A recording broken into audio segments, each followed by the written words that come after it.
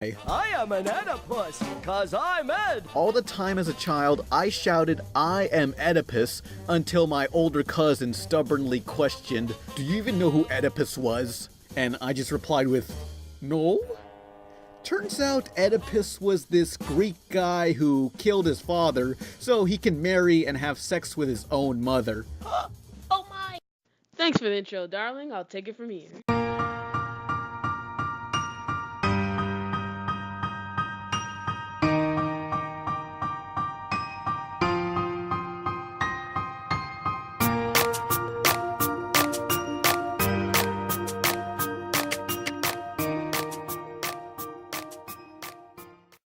For those of you who didn't learn about Oedipus from Ed, Edd n Eddy, you probably weren't doing anything good with your childhood because you're missing out on some quality animation.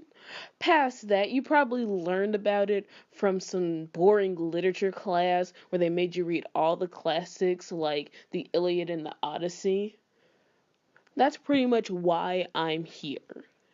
Currently, I'm taking world literature, and as one of my assignments, I have to make a 4 to 5 minute video about my thoughts on the story of Oedipus. Our story begins with King Laius of Thebes, who receives a warning from the Oracle of Delphi that he will bear a son who will kill him and take his wife as his own. When his son is born, he takes him up to a mountain, stabs him in the ankle, and leaves him to die. Ugh, when will characters from Greek literature ever learn? At least Medea knew that you have to thoroughly mutilate your children with your own bare hands to make sure that they're dead. But it's his fault. From this point on, everything that happens with the story is his fault. He was warned, he didn't go through with it. The baby is found by a shepherd and is brought to the nearest royal family to raise as their own, and they name him Oedipus. As an adult, Oedipus goes to visit the Oracle of Delphi to ask about his real parents. Instead, the Oracle informs him about his destiny to kill his father and sleep with his mother.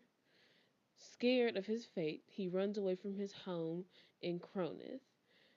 Along the way, he runs into Laius and ends up killing him in battle.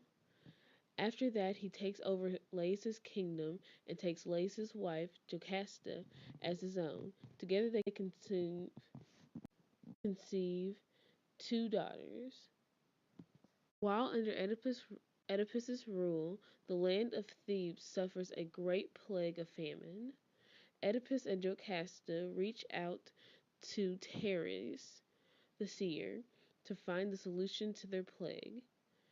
Instead of discovering the solution, they discover the truth.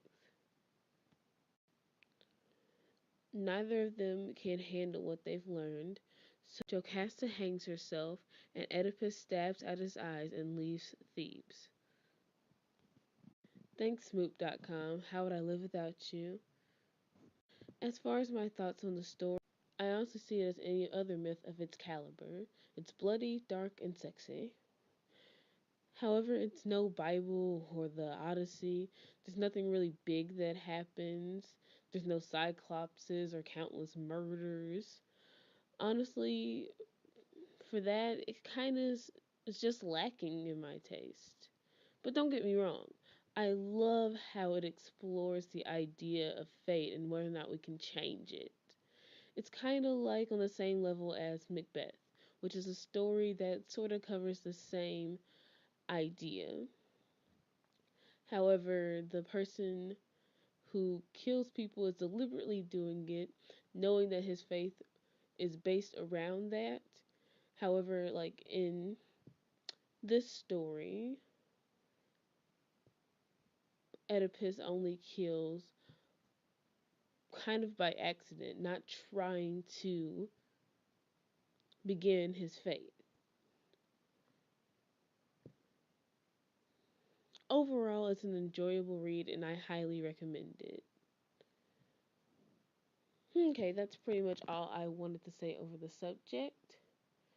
Thank you all for watching, and please like and subscribe and leave a comment down below.